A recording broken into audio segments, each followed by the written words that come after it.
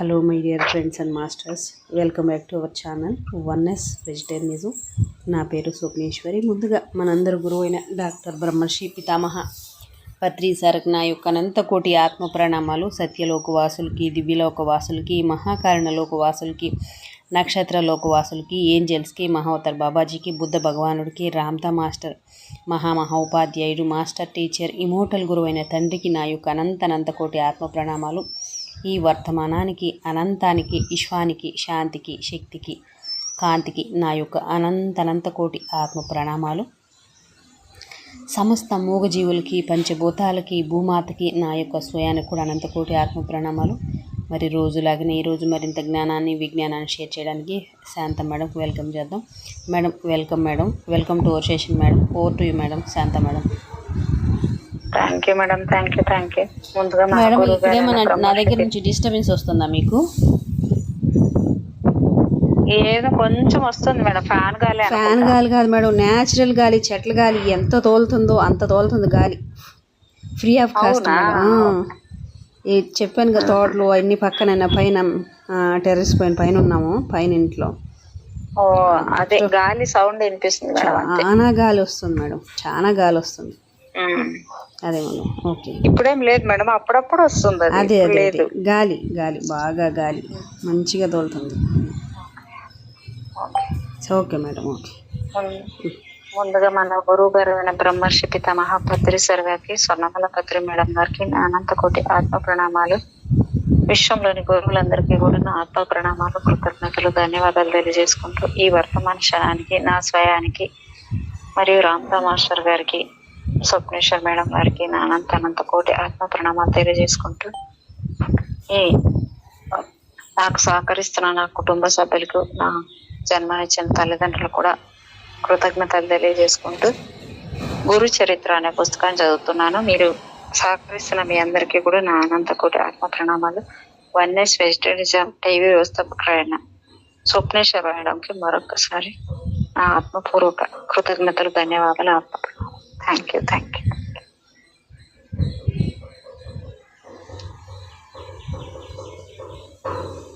గురు చరిత్రలో 2 అధ్యాయాలు కంప్లీట్ చేసుకున్నాము. 3వ అధ్యాయము శ్రీ దత్తాయ గురువే నమః, శ్రీపాద వల్లభాయ నమః, శ్రీ నృసింహ సరస్వత్యే నమః.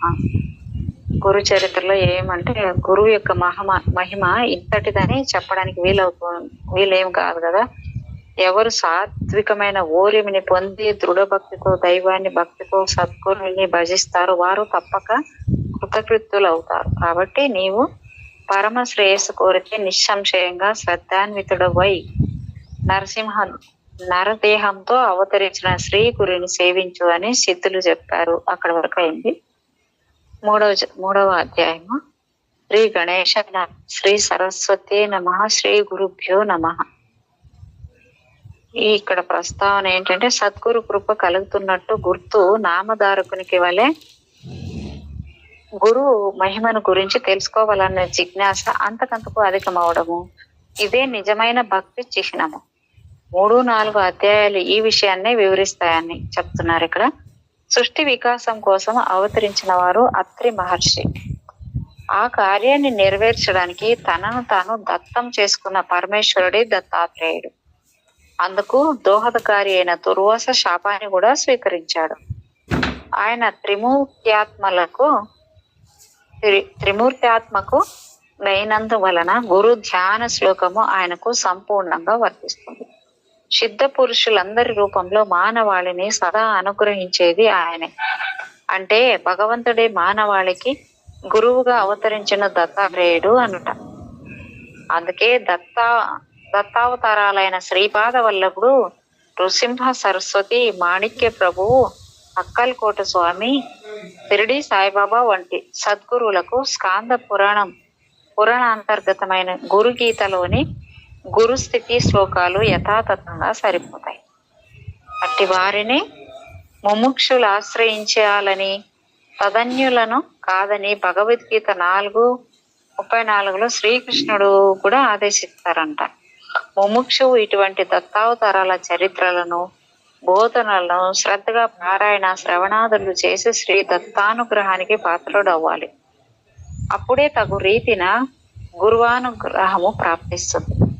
అందుకే సాయినాథుడు తన భక్తుడైన కుశభావు చేత శ్రీ గురు చరిత్ర 108 సార్లు పారాయణ చేయించారంట. ఆ తర్వాతనే అతడు పూర్ణ దత్తావతారమైన సాయినాథుని అనుగ్రహానికి పాత్రుడు కాగలిగాడు. నామధారకుడు కథారంభం ఇక్కడ ఏం చెప్తున్నారంటే, కథ ఇప్పుడు ఆరంభించబోతున్నారు. నామధారకుడు నమస్కరించి, ఓ సిద్ధముని, మీరు నా సందేహాలన్నీ తొలగించారు. నాకు గురువు యొక్క యథార్థ తత్వము తెలిసింది. మీకు జయము. ఇందుకు మీ నివాసం ఎక్కడా? మీకు భోజనం ఎలా లభిస్తుంది అని అడిగాడంట.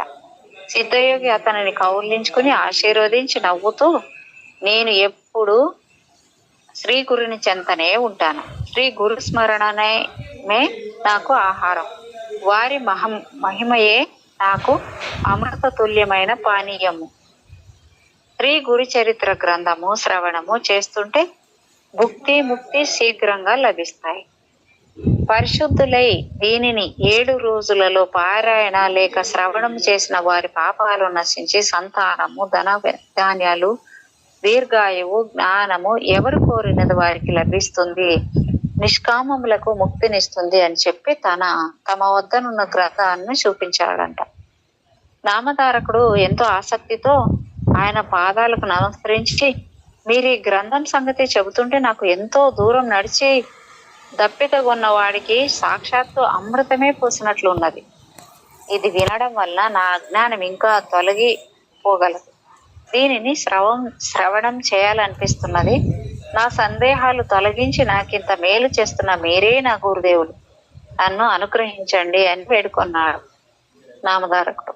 సిద్ధముని సంతోషించి అభయమిచ్చి అతని చేయి పట్టుకుని వెనుక శ్రీ గురుడు పావనం చేసిన అశ్వత్థ అంటే రావి చెట్టు వృక్షం క్రింద దగ్గరకు తీసుకుపోయాడు నామధారకుణ్ణి.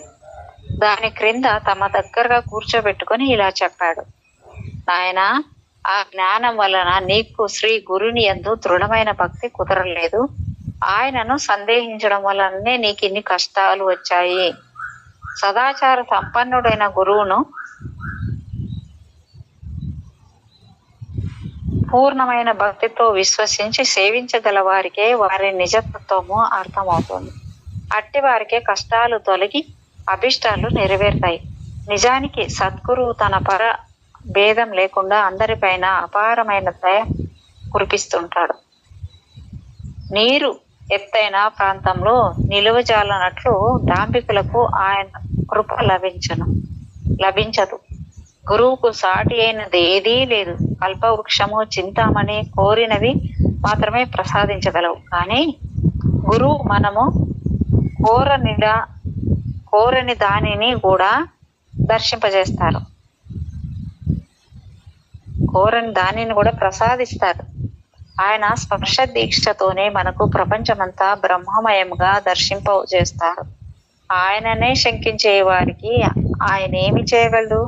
తనను సంపూర్ణ విశ్వాసంతో సేవించే వారి వెంట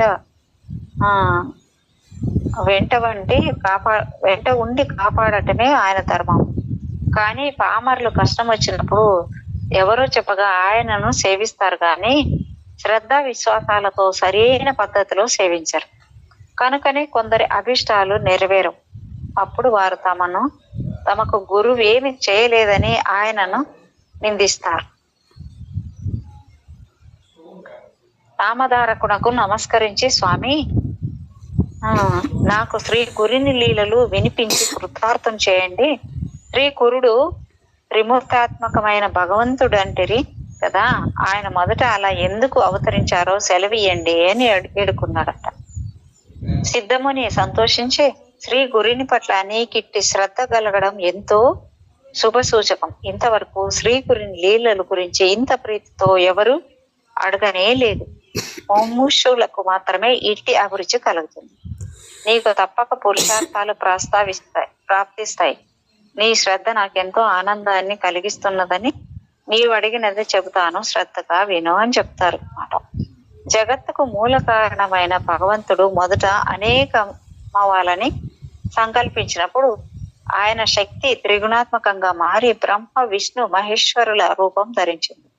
వాటిలో రజోగుణం ప్రకోపించినప్పుడు సృష్టికర్త అయిన బ్రహ్మ రూపంలో ఆ శక్తి సర్వాన్ని సృష్టించింది. సత్వగుణము బలీయమై విష్ణు రూపంలో సర్వాన్ని పాలిస్తుంది. తమో గుణము బలీయమైనప్పుడు అదే మహేశ్వరుడై సర్వాన్ని సంహరిస్తుంది. అంతేగాని నిజానికి ఆ ముగ్గురికి భేదమేమీ లేదు. పూర్వము సూర్య వంశానికి చెందిన అంబరీషుడనే రాజు నిరంతరము హరిన చింతన, అతిథి సేవలతో పాటు దృఢమైన నిష్ఠతో ఏకాదశ వ్రతము ఆచరించేవాడంట. ఒకరోజు ద్వాదశి తిథి ఒక్క గడియ మాత్రమే ఉందనగా దుర్వాస మహర్షి ప్రశిష్యులతో కలిసి అతని వద్దకు వచ్చారు. అంబరీషుడు ఆయనను పూజించి త్వరగా అనుష్ఠానం పూర్తి చేసుకుని భోజనానికి రమ్మని ప్రార్థించాడు. అప్పుడు ఆ మహర్షి మేడం నేనేం చెప్పలేదు మేడం. Okay madam. అప్పుడు ఆ మహర్షి స్నానానికని ఈ నదికి వెళ్ళి పారణ సమయము 1 మీరిపోతున్నా గాని రాకుండా ఆలస్యం చేయసాగారు. తిథి మించిపోతే అంబరీషునికి వ్రతభంగం అవుతుంది. అలా అని అతడు భోజనం చేస్తే అతిథిని అలక్ష్యం చేసినట్లు అవుతుంది. అందుకని అతడు ఆ రెంటిని పరిరక్షించుకోదలిచి కొద్ది తీర్థం మాత్రం తాగాడు. ఇంతలో దుర్వాసుడు వచ్చి కోపించి, రాజా నీవు నానా యోనులలో జన్మింతువుగాక అని శాపించాడు. అంబరీషుడు భయపడి శ్రీహరిని శరణు పొందాడు. అప్పుడు ఆయన సాక్షాత్కరించి దుర్వాసనతో, మహర్షి నా భక్తుడు నీ శాపాన్ని భరించలేడు. అతన్ని రక్షించడం నా ధర్మం. అయినా మహర్షులైన మీ శాపము వ్యర్థం కాకూడదు కనుక ఆ శాపాన్ని నాకు వర్తింపచేయి అన్నారు. అలాగైనా శ్రీహరి తిరిగి అవతరిస్తూ లోకోపకారం చేయగలడని తలిచి సంతోషించి దుర్వాసుడు, విశ్వాత్మ మీ గురించి తపస్సు చేస్తున్న యోగులకు ప్రత్యక్ష దర్శనం ఇవ్వడానికి, జంతు యోనులలో జన్మించిన పాపాత్ములను ఉద్ధరించడానికి మీరు భూలోకంలో ఎప్పుడు అవతరిస్తూ ఉండండి అన్నారు. అందువల్లనే విష్ణువు మత్స్యాది అవతారాలు ఎత్తాడు. కానీ వాటిలో కొన్ని గుప్తంగా ఉండి ఉత్తమ తపస్సులకు మాత్రమే తెలుసుకొని సాధ్యమవుతాయి. ఇట్టి అవతారాలలో ఒకటి దత్తాత్రేయుడు. ఈయన అత్రి అనసూయలకు జన్మించాడు.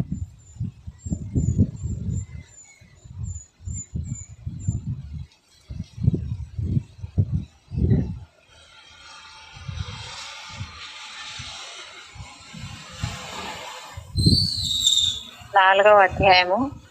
ఇక్కడ ఓం శ్రీ గణేశాయ నమః, శ్రీ సరస్వతి నమః, శ్రీ గురుభ్యో నమః. దుర్వాస శాపం వలన భగవంతుడు ధరించిన అవతారాలలో ఉత్తమ సాధకులకు మాత్రమే తెలియబడే శ్రీ దత్తాత్రేయ అవతారం ఒక్కటి గురించి చెప్పమని నామధారకుడు కోరగా సిద్ధయోగి ఇలా చెప్పసాగాడు. పూర్వము ఒక కల్పాంత ప్రళయం తర్వాత నారాయణుని నాభి కమలం నుండి బ్రహ్మ ఉద్భవించి సనకాది యోగులకు, మరీచి మొదలగు సప్త ప్రజాపతులను తన మానస పుత్రులుగా అవతరింపజేశాడు. తర్వాత శతరూప మనువులను సృష్టించాడు. వారి కుమారై దేవాహుతి కర్మముని భార్య అయింది. ఆమెకు కలిగిన కుమార్తెలలో అనసూయాదేవి అత్రి మహర్షికి భార్య మహాపతివ్రతగా ప్రసిద్ధికెక్కింది. ఆమె పాతివ్రత్య ప్రభావానికి వెరచి కొండలు శిలలతో కూడి ఎంతో కఠినమైన భూమి ఆమె పాదాల క్రింద మృతుత్వాన్ని వహించింది. సర్వాన్ని తప్పింపజేసే సూర్యుడు, అన్నింటినీ దహింపజేసే అగ్ని కూడా ఆమెకు చల్లదనం ఇవ్వసాగారు. వాయువు ఆమె చెంత తన ప్రచండ వేగం మాని మందంగా మలయ మార్గంగా వేసేవాడు. దేవతలందరూ తమ వలన ఆమెకు కష్టం కలిగినా లేక ఏ అల్పుడైనా తమ అనుగ్రహం పొందినా అతడు తమను కూడా జయింపగలడని భయపడుతుండేవారట. ఒకసారి త్రిలోక సంచారి అయి నారద మహర్షి బ్రహ్మ విష్ణు మహేశ్వరుల నివాసాలకు వెళ్లి అక్కడ అనసూయాదేవి పాతివ్రత్యాన్ని ఎంతగానో ప్రశంసించాడు. అత్రి మహర్షి ఆదేశం మేరకు ఆమె వెళ్ళి అతిథి అభాగ్యులను ఆదరించే సాధ్వి మరొకరు లేరు. అప్పుడు త్రిమూర్తులు భార్యలు కూడా దేవతలందరి వల్లనే భయపడి ఆ అసూయ చెంది ఆమె పాతివృత్య మహిమను తగ్గించమని తమ భర్తలను నిర్బంధించారు. అప్పుడు త్రిమూర్తులు అతిథి వేషాల్లో అత్రి మహాముని ఆశ్రమానికి చేరుకున్నారు. అనసూయాదేవి వారికి ఎదురేగి స్వాగతం చెప్పి ఆర్ఘ్యపాద్యాదులను సమర్పించి, అయ్యలారా, మీ రాక చేత మా ఆశ్రమం పావనమైంది. మీకు నేనేమి చేయాలో సెలవియండి. అత్రి మహర్షి తపస్సు కోసం అరణ్యంలోకి వెళ్ళారు అని చెప్పింది. అప్పుడు ఆ అతిథులు, అమ్మా, మాకెంతో ఆకలిగా ఉన్నది. నీ భర్త ఎప్పుడు వస్తాడో చెప్పలేము కదా, మాకు వెంటనే భోజనం పెట్టు అన్నారు. ఆమె లోపలికి వెళ్లి విస్తళ్ళు వేసి, అయ్యలారా, భోజనానికి దయచేయండి అని ప్రార్థించింది. అప్పుడు వారు, సాధ్వి, నీవు మాకు ఆతిథ్యం ఇస్తానని మాట ఇచ్చావు, కానీ మాదొక షరతు ఉన్నది. నీవు కట్టుకున్న గుడ్డలు విడిచి నగ్నంగా వడ్డిస్తేనే మేము భోజనం చేస్తాం, లేకుంటే ఇలా ఆకలితోనే వెళ్ళిపోతాము అన్నారు. వారు ఆకలితో వెళ్ళిపోతే ఆమె అత్రి మహర్షి ఆదేశాన్ని మీరినట్లవుతుంది. అంతేకాక ఆకలితో వెనుతిరిగిపోయిన ఆ అతిథి గృహస్థుల పుణ్యాన్ని, తపస్సును తీసుకుపోతాడని శాస్త్రం. కానీ పరపురుషుల ఎదుటకు నగ్నంగా వస్తే పాతివ్రత్యం భంగమవుతుందని పరస్పర విరుద్ధమైన ధర్మాల మధ్య తనను చిక్కించుకోజూచిన అతిథులు సామాన్యులు గారని ఆమె వెంటనే గ్రహించింది. వారి విచిత్రమైన షరతుకు ఆమె తనలో తానే నవ్వుకుంది. తపోమూర్తి అయిన అత్రి మహర్షి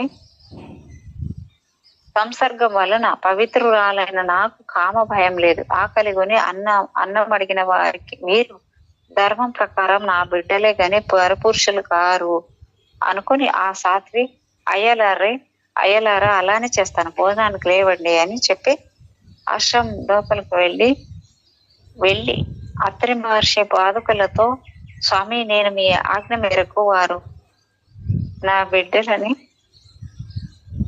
బిడ్డలన్న భావంతో భోజనం వడ్డిస్తాను అని చెప్పుకున్నది. ఆమె యొక్క పాతివ్రత్య మహిమాన్వితమైన సంకల్పం వలన ఆమెతో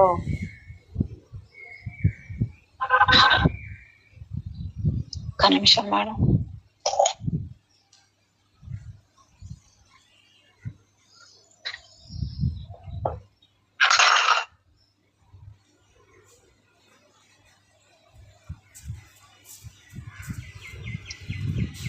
ఆమె అంటే తన తపోమూర్తి అయిన అత్రి మహర్షి సంస్కర్గం వలన పవిత్రురాలైన నాకు కామ భయం లేదు. ఆకలి కొని అన్నం అడిగితే వీరు ధర్మం ప్రకారం నా బిడ్డలే గాని పరపురుషులు గారు అనుకుని ఆ సాధ్వి, అయ్యలారా, అలానే చేస్తాను, భోజనానికి లేవండి అని చెప్పి ఆశ్రమం లోపలికి వెళ్లి అత్రి మహర్షి పాదుకలతో, స్వామి, నేను మీ ఆజ్ఞ మేరకు వారు నా బిడ్డలన్న భావంతో భోజనం వడ్డిస్తాను అని చెప్పుకున్నది. ఆమె యొక్క పాతివ్రత్య మహిమాన్వితమైన సంకల్పం వలన ఆమె భోజనం వడ్డించడానికి నగ్నంగా వెళ్లేసరికి ఆ ముగ్గురు పసిపిల్లలు అయ్యారు. ఆమె భావాన్ని అనుసరించి ఆమెకు బాలింతరాలికి వలె స్తన్యం వచ్చింది. ఆమె వెంటనే మరలా వస్త్రాలు ధరించి ఆ బిడ్డలకు తృప్తిగా పాలిచ్చింది. నిరంతరము సృష్టి చేసి అలసిన వాడిలా బ్రహ్మ దేవుడు ప్రపంచాన్ని పాలించే అలసిన వాడిలా ఆ మహావిష్ణువు, శ్రీ మహావిష్ణువు జగత్ సంహార కార్యం వలన సోలిపోయిన వానిడా శంకరుడు అనసూయాదేవి యొక్క పాతివ్రత్య మహిమను గ్రోలి విశ్రాంతి చెందారు. ఆ మహాపతివ్రత తన దివ్య దృష్టి వలన ఆ ముగ్గురు త్రిమూర్తులని తెలుసుకొని ఊయలలో పెట్టి ఆ జరిగిన కథని జోలగా పాడుచున్నది. ఇంతలో అత్రి మహర్షి వచ్చి ఆమె నుండి సర్వము తెలుసుకొని ఊయలలోని త్రిమూర్తులను దర్శించి ఆ రూపాలలో ప్రకటమైన పరమాత్మను ఇలా స్తుతించారు. ఓ మహావిష్ణు, నీవు సృష్టి స్థితి లయకారుడవు, జగత్ సాక్షికి విశ్వమయుడవు, విశ్వధారుడవు. ఓ పరమేశ్వర, నీవు సహజంగా ఒక్కడివే అయినా నీ లీల చేత త్రిమూర్తులుగా మారి క్రీడిస్తున్నావు. వాస్తవానికి ఈ జగత్తు నీ కంటే వేరుగాకపోయినా మసక చీకటిలో ఓని త్రాడు దానికి భిన్నమైన పాముగా గోచరించినట్టు నేను నాది అనే మాయలో కూడిన భావన వలన నీకంటే వేరైనట్లు జీవులకు గోచరిస్తున్నది.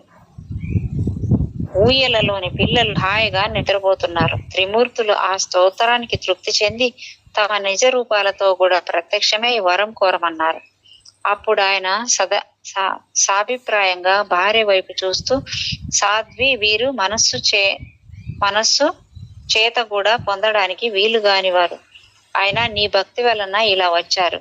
నీ అభిష్టం ఏమిటో నివేదించుకో అన్నారు. అనసూయాదేవి, స్వామి, ఈ సృష్టి యొక్క వికాసం కోసమే మీరు భగవంతుని చేత సృష్టించబడ్డారు కదా, కనుక ఈ 3 మూర్తులుగా ప్రత్యక్షమైన వీరిని పుత్రులుగా పొంది మీ అవతార కార్యము నెరవేర్చుకోవడమే నా అభీష్టము అన్నది. అత్రి మహర్షి సంతోషించి, మీరు మాకు పుత్రులుగా పుట్టి మమ్ము ఉద్ధరించండి అని కోరారు. అప్పుడు వారు, మహర్షి, మేము నీకు సంపూర్ణముగా దత్తం చేసుకున్నాము అన్నారు. మమ్ము ఆ పతివ్రత ప్రభావం చేత త్రిమూర్తులు అత్రి కోరిన వరమును అనుగ్రహించి తమ లోకాలకు వెళ్ళి వారి భార్యలను కలుసుకున్నారు. తర్వాత అత్రి అనసూయలకు 3 పుత్రులు కలిగారు. సద్గురువైన అత్రి మహర్షికి ఆత్మ సమర్పణ చేసుకుని సేవించిన ఫలితంగా తనకు వ్రతభంగం చేసి శపించడానికి వచ్చిన త్రిమూర్తులను బిడ్డలుగా పొందింది అనసూయాదేవి. ఆ తర్వాత అత్రి మహర్షి బాల విష్ణుమూర్తికి దత్తుడని, దర్శన మాత్రం చేత అందరి హృదయాలకు ఆహ్లాదాన్నిచ్చేది బ్రహ్మదేవునికి చంద్రుడని, ప్రళయకర్త అయిన రుద్రుడికి దుర్వాసుడని నామకరణం చేశాడు. ఆ 3 అత్రి యొక్క సంతానం కనుక వీరిని ఆశ్రయించి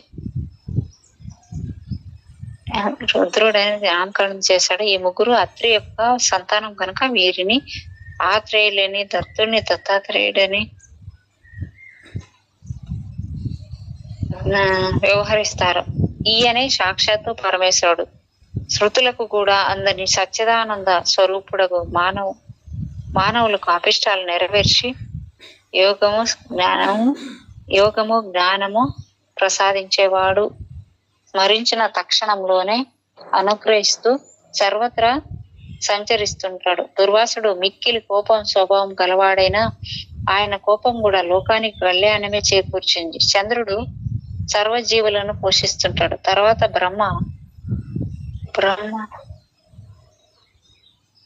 బ్రహ్మ చంద్రుడు అంటే శివుడు, దుర్వాసుడు తమ దివ్యాంశాలను దత్తాత్రేయుని యందుంచి తన అనుమతితో తపస్సుకు వెళ్ళిపోయారు. నామధారక అలనాటి దుర్వాస శాపం వల్లనే పరమాత్మ అయిన శ్రీదత్తుడు శాశ్వతంగా భూమి మీద సంచరిస్తూ భక్తులను అనుగ్రహిస్తుంటాడు. అసలు ఆయన అవతరించినదే అందుకు. స్థూల దృష్టికి అలా కనిపించిన నిజానికి ఇతర అవతారాలు తమ కార్యం తీరగానే శరీరాలు త్యాగం చేసి వైకుంఠానికి వెళ్ళిపోయినట్లున్నారు. భగవంతుడు దత్తావతారంలో చేయడు. శ్రీరాముడు రావణాది రాక్షస సంహారం కోసం, శ్రీకృష్ణుడు దుర్యోధనాది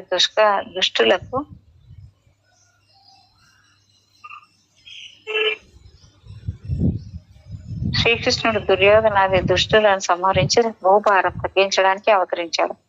ఆ కార్యాలు తీరగానే ఆ ఇద్దరు తమ శరీరాలు వదిలేశారు. ఆ కార్యాలు తీరగానే ఆ ఇద్దరు తమ శరీరాలు వదిలివేశారు. కానీ సర్వజనోద్ధరణమనే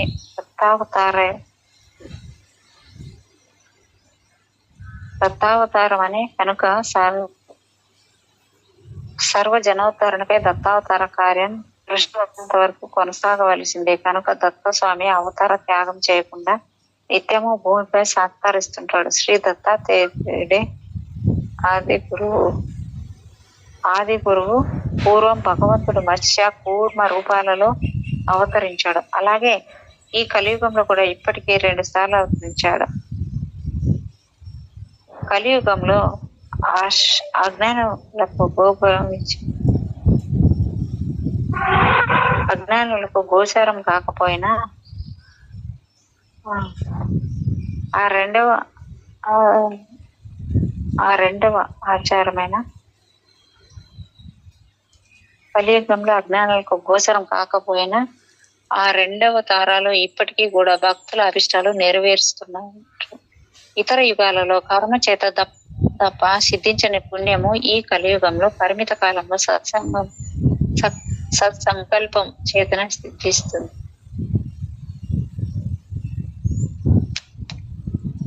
కనుక ఇట్టి కలియుగంలో జన్మించి బుద్ధిపూర్వకంగా శ్రీగురుని ఆరాధించి తరించడం ఎంతో అసలు. అట్టి అవకాశము పూర్వ పుణ్యం చేత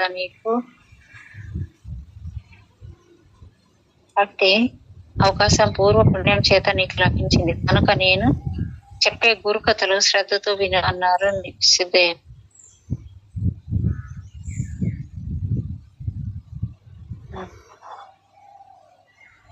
ఇప్పుడు అంటే అట్టి అవకాశం పూర్వ పుణ్యం చేత నీకు లభించింది అనేసి అన్నారన్నమాట. కనుక నేను చెప్పే గురు కథలు శ్రద్ధతో విను అన్నారు సిద్ధయ్య. నామధారకుడు దత్తావతారం గురించి విని ఆనందించి అలనాటి అనసూయాదేవి పాతివ్రత్య వల్ల మానవాళికి గురు పరంపర వల్ల మా వంటి అజ్ఞానులకు మీ వంటి గురువు యొక్క కృపాలంబాలి అని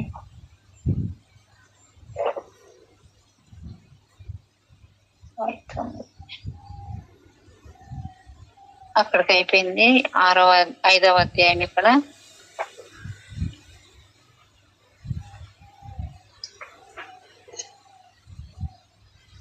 శ్రీ గణేశాయ నమః, శ్రీ సరస్వతి నమః, శ్రీ గురుభ్యో నమః. ప్రస్తావన. శ్రీ గురుని మహిమ విని భక్తి కలిగి ఆయన మహిమ గురించి చింతన చేస్తూ ఆయన దర్శనం కోసం తర్పిస్తున్న నామధారకుడికి మొదట స్వప్న దర్శనము, తర్వాత అవధూత ప్రత్యక్ష దర్శనము కలుగుతాయి. ఇది నిర్దిష్టమైన పద్ధతి.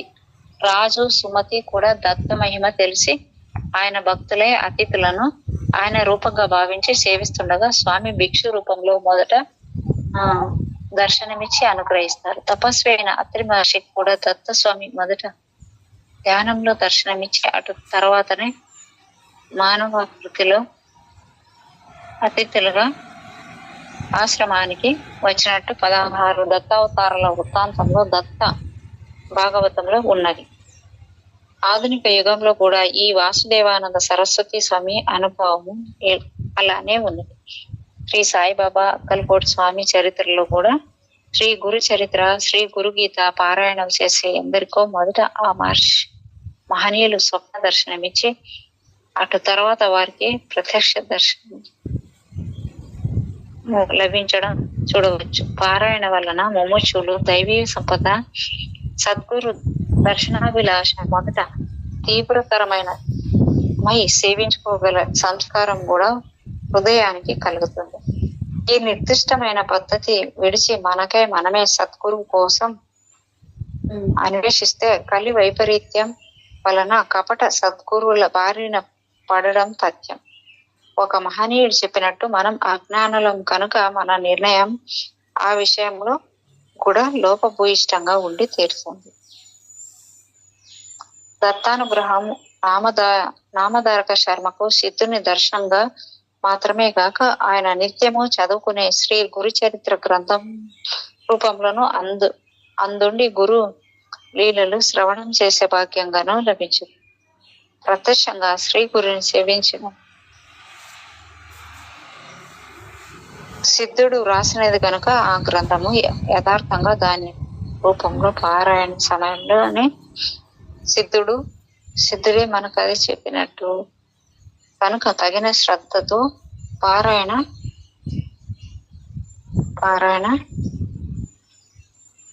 చేయాలి. నామధారకుడు మహానుభావ భగవంతుడు కలియుగంలో కూడా 2 సార్లు అవతరించారంటారు కదా, వాటిని వివరించిండు అన్నాడు. అతని శ్రద్ధ భక్తులకు సంతోషించి సిద్ధుడిలా చెప్పాడు. మంచిది, ఆ కథలు వినడం వల్ల నీకెంత ప్రయోజనమే, అవి చెప్పడం వల్ల నాకు అలాంటి ప్రయోజనమే ఉంది. వల్ల నీకెంత ప్రయోజనమో అని అవి చెప్పడం వల్ల నాకు అలాంటి ప్రయోజనమే కలుగుతుంది కనుక చెబుతాను, శ్రద్ధగా విను అని చెప్పారు. ధర్మాన్ని ధర్మాతులను రక్షించి దుష్టుల దౌష్ట్యాన్ని రూపుమాపడానికే భగవంతుడు తన లీల చేత మానవ రూపంలో అవతరిస్తుంటాడు. ఈ కలియుగంలో కూడా అలానే ఇప్పుడు మనం కూర్చున్న గంధర్వపురానికి తూర్పు దిక్కున దూరంగా పవిత్ర గోదావరి సమీపంలో ఉన్న పీఠాపురం అనే అగ్రహారంలో ఆయన అవతరించారు. పీఠాపురంలో అప్పలరాజు శర్మ సుమతి అనే పుణ్య దంపతులకి ఈ గంధర్వపురానికి తూర్పు దిక్కున దూరంగా పవిత్ర గోదావరి సమీపంలో ఉన్న పీఠాపురం అనే అగ్రహారంలో ఆయన అవతరించారు. పీఠాపురంలో అప్పలరాజు శర్మ సుమతి అనే పుణ్య దంపతులు ఉండేవారు. వారు బ్రాహ్మణులు, ఆపస్తంభ శాఖకు చెందినవారు. దత్తభక్తులు. వారికి ఎందరో పిల్లలు పుట్టారు గాని అందరూ చనిపోగా 2 మాత్రమే బ్రతికారు. వారిలో ఒకడు కుంటివాడు, మరొకడు గుడ్డివాడు. తర్వాత కూడా 2 పిల్లలు పుట్టి చనిపోయారు. నిత్యము భక్తికై వచ్చే శ్రీ దత్తరూపాలుగా భావించి వారు భిక్ష సమర్పించేవారు. ఒక అమావాస్య నాడు వారింట్లో బ్రాహ్మణులను పిలిచి శ్రాద్ధ కర్మలు ప్రారంభించారు. అలాంటి రోజున బ్రాహ్మణోపోక్తులు భోజనం చేయక ముందు మరెవరు భోజనం చేయరాదని శాస్త్రం. కానీ ఆనాడు బ్రాహ్మణులకు భోజనం వడ్డించక ముందే వారింటికి దండక మండకాలు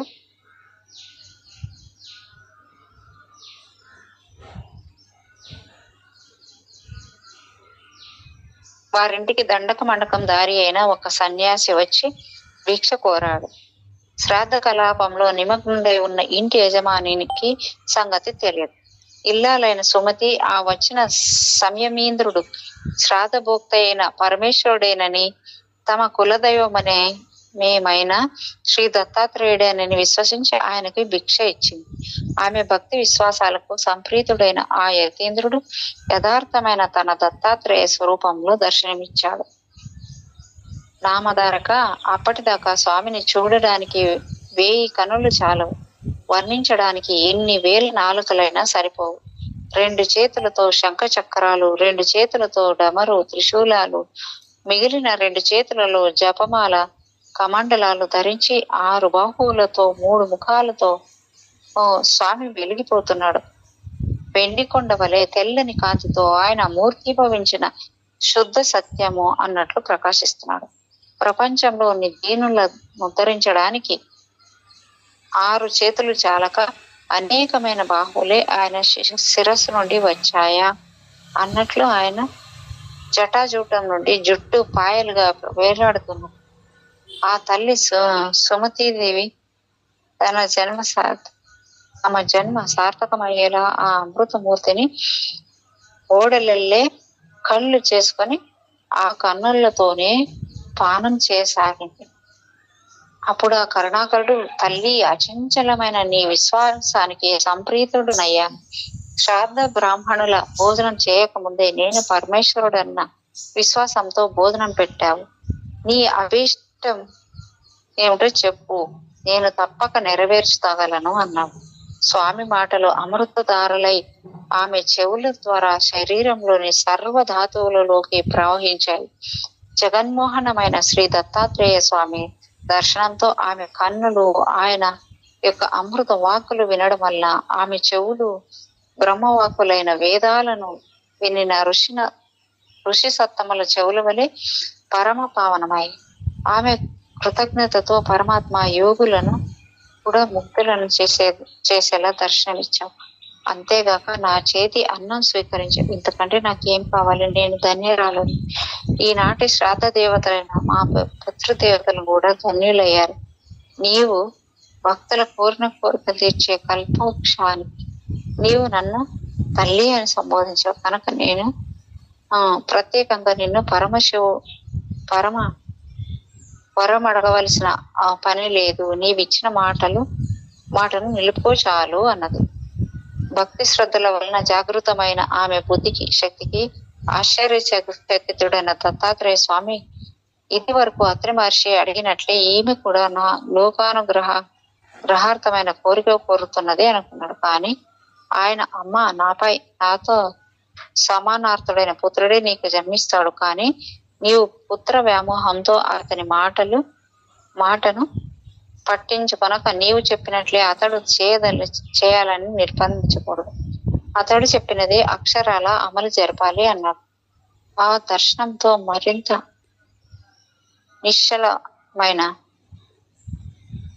నిశ్చితమైన బుద్ధి కలిగిన ఆమె, స్వామి, నేను మానవ మాతృరాలిని, నాకు పుత్ర వ్యామోహం కలగడం సహజం. అది లేక మాతృవాంఛ పరిపూర్ణమయ్యేదిలా?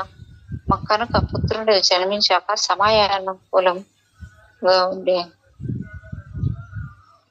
సమయానుకూలంగా అట్టి వివేకాన్ని నీవే అనుగ్రహించాలి అని ప్రార్థించింది. ఆమె సమయస్ఫూర్తికి మెచ్చి దత్తస్వామి నవ్వి ఆశీర్వదించి అంతర్హితులయ్యారు.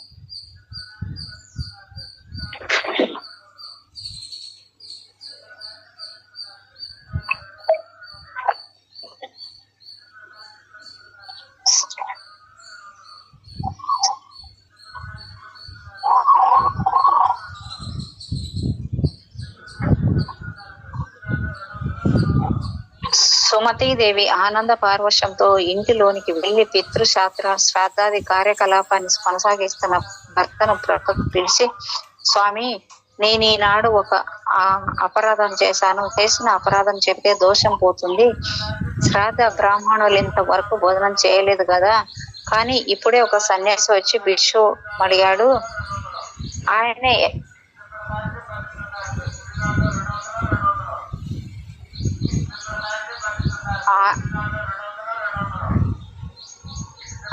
యజ్ఞపతి, శ్రాద్ధ ఫలభోక్త అయిన శ్రీ దత్తాత్రేయ స్వామి అని భావించి భిక్ష ఇచ్చాను. ఆయన సంతోషించి తన నిజ రూపమైన దత్తాత్రేయ స్వామిగా దర్శనమిచ్చారు అని చెబుతుంటే ఆమె శరీరం రోమాంచితమై, కంఠం గద్గదితమై, కన్నులు ఆనంద బాష్పాలతో నిండి. ఆమె ఆటలు విన్న రాజు శర్మ ఆమె ముఖంలో తాండవిస్తున్న ఆనంద పరవశానికి ఆశ్చర్యచకితురాలైంది. సంతోషంతో, సాధ్వి, మనం బ్రాహ్మణులకు భోజనం పెట్టి ఆ శ్రాద్ధకర్మలను యజ్ఞపోక్త అయిన విష్ణువుకే కదా అర్పిస్తాము. అటువంటప్పుడు నీవు పెట్టిన భిక్ష భగవంతుడే స్వయంగా గ్రహించాడండి. అది మన మహద్భాగ్యం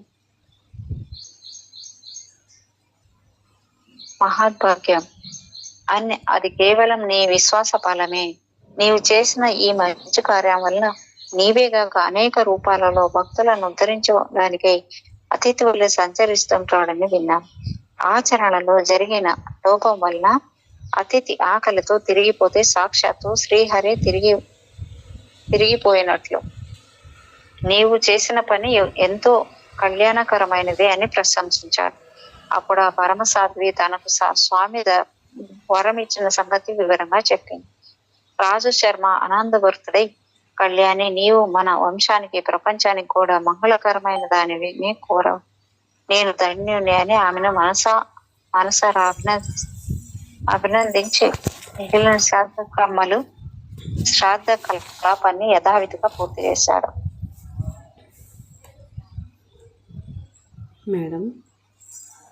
మేడం చెప్పు. మేడం ఏం లేదులే మేడం, చెప్పండి. ఇంకా ఓకే. త్వరలో ఆ సతీమ తల్లి సుమతీదేవి గర్భం ధరించి ఒక భాద్రపద శుక్ల చతుర్దశి నాడు ఉదయం శుభముహూర్తంలో కాలాతీతుడు, పుట్టుక లేనివాడు ఆయన భగవంతునికి పుట్టుకనిచ్చింది. దైవజ్ఞులు ఆ శిశువు యొక్క జన్మ లగ్నము, గ్రహస్థితి గణించి సాక్షాత్తు కల్పవృక్షమే వారింట వెలిసిందని, సాక్షాత్తు దత్తాత్రేయుడు అవతరించాడని అన్నారు. రాజు శర్మకు కలిగిన అదృష్టాన్ని పూర్వం అత్రి మహర్షికి ప్రాప్తించిన మహాద్భాగ్యంతో పోల్చారు. ఆ శిశువు పాదాలలో దివ్య చిహ్నాలు మొదలగు శుభ లక్షణాలను తోనూ అప్రతిమాన తేజస్సుతోనూ ప్రకాశిస్తుండడం వలన అతనికి శ్రీపాదుడు అని నామకరణ చేశారు. నామధారక అది కలియుగంలో శ్రీ దత్తాత్రేయ స్వామి యొక్క మొదటి అవకాశం. పుట్టినది మొదలు శ్రీపాద స్వామి శ్రీ శుక్లపక్ష చంద్రునిలా అందరికీ ఆహ్లాదాన్ని అందిస్తూ ఆహ్లాదాన్ని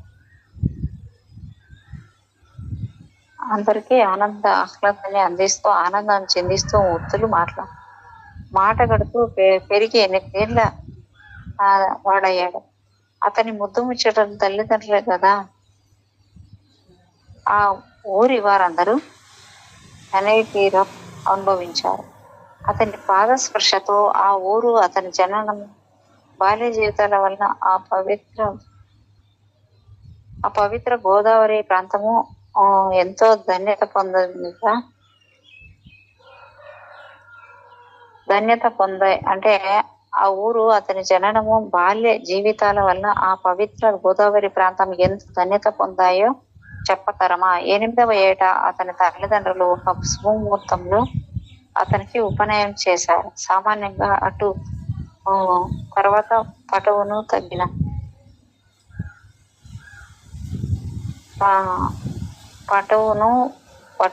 తగిన గురువు వద్ద అధ్యయనం చేస్తే గాని వేదం రాదు అని. కానీ ఈ పాదస్వామి తనకు ఉపనయనమైన మరుక్షణమే శిష్యులకు వేద పాఠశాలలో చెప్పి వెనుక శ్రీ దత్తాత్రేయ స్వామి సుమతీదేవికి ఇచ్చిన మాట యథార్థమని నిరూపించుకున్నాం. ఇది ఆ భగవంతుడికి తప్ప వేరొకరికి సాధ్యమా? ఇలా శ్రీపాదుడు 16 ఏళ్ల ప్రాయము గలవాడయ్యారు. ఇంతలో రాజశర్మ తన కుమారునికి వివాహం చేయాలని కన్యాన్వేషణ చేశాడు. అది తెలిసి ఒకనాడు శ్రీపాద స్వామి తండ్రితో, నాయనా, నీవు నాకు వివాహం చేయడానికే తగిన కన్య కోసం అన్వేషించదగిన అవసరం లేదు. సర్వ శుభ లక్షణాలను కలిగి నాకు కలిగిన కన్య సిద్ధంగా ఉన్నది. ఆమె పేరు యోగశ్రీ. నేను ఆమెను చేపట్టి సన్యాసిని అవుతాను. నేను శ్రీ వల్లభుడను కనుక నాకు సంతానం లేకపోయినా చిత్యముక్తుడనే పేరు నిశ్చయంగా చెప్పాడు. ఆ తండ్రికి ఆ మాటలు మనస్తాపాన్ని కలిగించాయి. కన్నుల నీరు కారుకుంటే రాజు శర్మ గద్గద స్వరంతో పెళ్ళిపుతున్న పుత్ర వ్యామోహంతో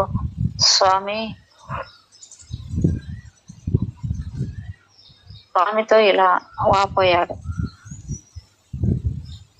అబ్బాయి, నీవు కనుక సన్యసించి మా దగ్గరే లేకుంటే పోతే మేము మీ నీటి నుండి బయటపడి చేప పిల్లల వలె శోకంతో విలువిల్లాడి మరణిస్తాము. నీవు సాక్షాత్తు పరమేశ్వరుడివే అయినా మా పుణ్యం వల్ల మాకు బిడ్డవై జన్మించావు. అట్టి నీవే తల్లిదండ్రులమైన అమ్మలను శోకసాగరంలో ముంచి వెడలిపోవడం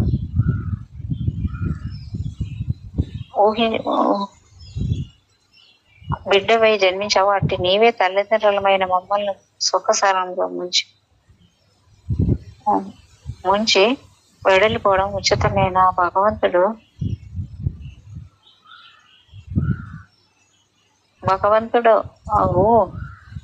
ధర్మగోప్తవు, ధర్మ రక్షకుడవు ఆయన నీవే ఈ పుత్ర ధర్మాన్ని నిర్వహించుకుంటే ఎలా అనేసి అడిగారన్నమాట. నామధారక, ఈ దంపతులకు శ్రీపాదస్వామియే గాక కుంటివాడు ఆయన మరి 2 కొడుకులు ఉన్నారు కదా. రాజు శర్మ 2 శ్రీపాదస్వామి వద్దకు తెచ్చి, నాయన నిన్ను స్మరించడం చేతనే సంసార బంధం తొలగిపోతుంది. కానీ అవిటి వాడైన నీ సోదరులిద్దరిని చూసినప్పుడు మాత్రం మాకు మరలా ఈ సంసార బాధలు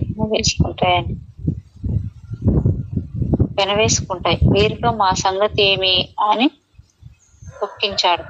సుమతీదేవి కూడా పొరలు వస్తున్నా వీరితో మా గతి ఏమి అని ఒప్పించాడు. సత్యమైన దేవి కూడా పొరలకు వస్తున్న దుఃఖం అనుసుకుని శ్రీపాద పాదుని సమాధానం కోసం ఎంతో ఆర్తితో ఎదురు చూసింది. వారి బాధను గుర్తించిన శ్రీపాద స్వామి అన్నలిద్దరిని తన అమృత హస్తంతో సృష్టించాడు. సంజీవిని స్పర్శ చేత చనిపోయిన వారికి ప్రాణం ఇచ్చినట్టు స్వామి స్పర్శ చేత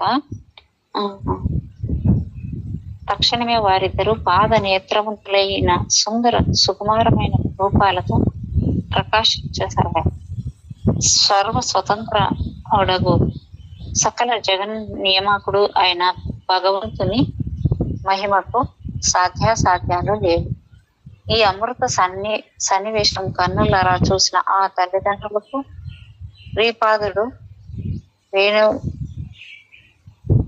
శ్రీపాదకు కేవలం తమ పుత్రుడన్న భ్రాంతి పటాంచలైంది. లేచిపోయాడు.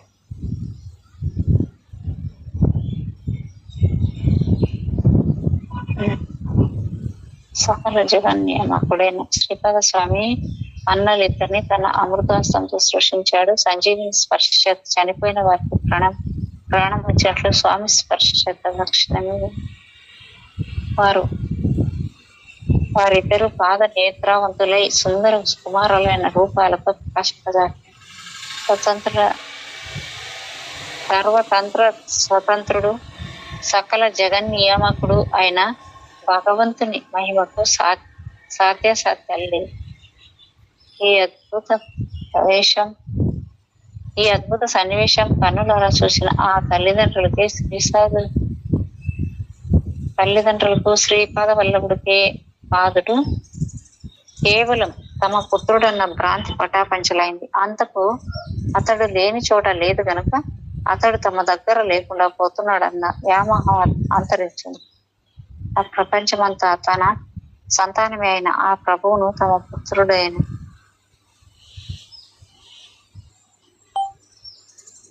అంతట్లోనే అతడు తమ దగ్గర లేకుండా పోతాడన్న వ్యామోహము అంతరించింది. ఈ ప్రపంచమంతా తన సంతానమే అయిన ఆ ప్రభువు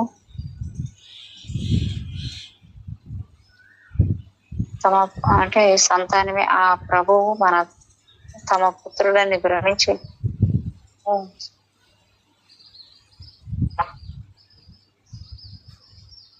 ఆ ప్రభువు తమ పుత్రుడని భ్రమించి ఇంతకంటే ఈ అద్భుతమైన సకల జగన్ నియామకుడు అయిన భగవంతుడు మహిమకు సాధ్యాసాధ్యాలు లేదు. ఈ అద్భుత సన్నివేశాలు కన్నులారా చూసిన తల్లిదండ్రులకు శ్రీపాదుడు కేవలం తమ పుత్రుడన్న భ్రాంతి పటాపంచలైంది. అతడు లేని చోటే లేదు గనుక అతడు తమ దగ్గర లేకుండా పోతాడన్న వ్యామోహము అంతరించింది. ఈ ప్రపంచమంతా తన సంతానమే అయిన ఆ ప్రభువు తమ పుత్రుడని భ్రమించి ఇంట కట్టి పెట్టుకొనడం అపరాధమని దోషి సుమతీదేవి స్వామిని ఇలా ప్రార్థించింది. ప్రభు, నీ మాయ చేత నీవు నా పుత్రుడు భ్రమించాను. నీకు పాలిచ్చి పెంచడం వల్ల నీవు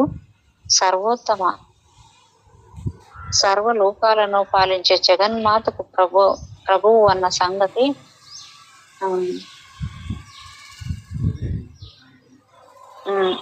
మరచాను. అనంత కోటి బ్రహ్మాండాలు నీ అందే ఇమిడి ఉన్నాయి.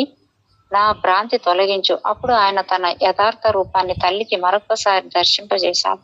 ఆ దివ్య మనోహర మంగళ సుకుమార సుందరమూర్తి ఆమె చూస్తుండగానే కోటి సూర్యుల కాంతితో కోటి చంద్రుల చల్లదనంతో చూసేవారి దేహాలలోని ప్రతి అణువును అమృతంతో ముంచివేసేలా దర్శనమైంది.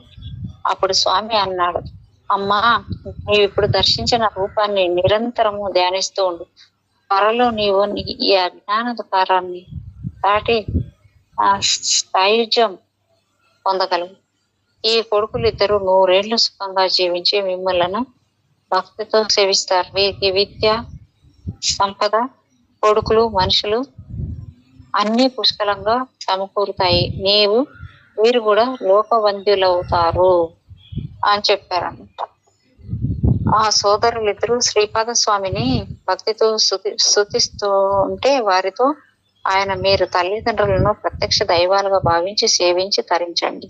నేను సన్యసించాలి అని చెప్పి తన తల్లిదండ్రులకు ముమ్మారు ప్రదక్షిణం చేసి వారి అనుజ్ఞ తీసుకొని వెంటనే సన్యసించి ద్వారక, కాశీ, బృందావనము మొదలైన క్షేత్రాలు దర్శిస్తూ బద్రీ వెళ్లి అటు తర్వాత గోకర్ణ క్షేత్రానికి చేరారు.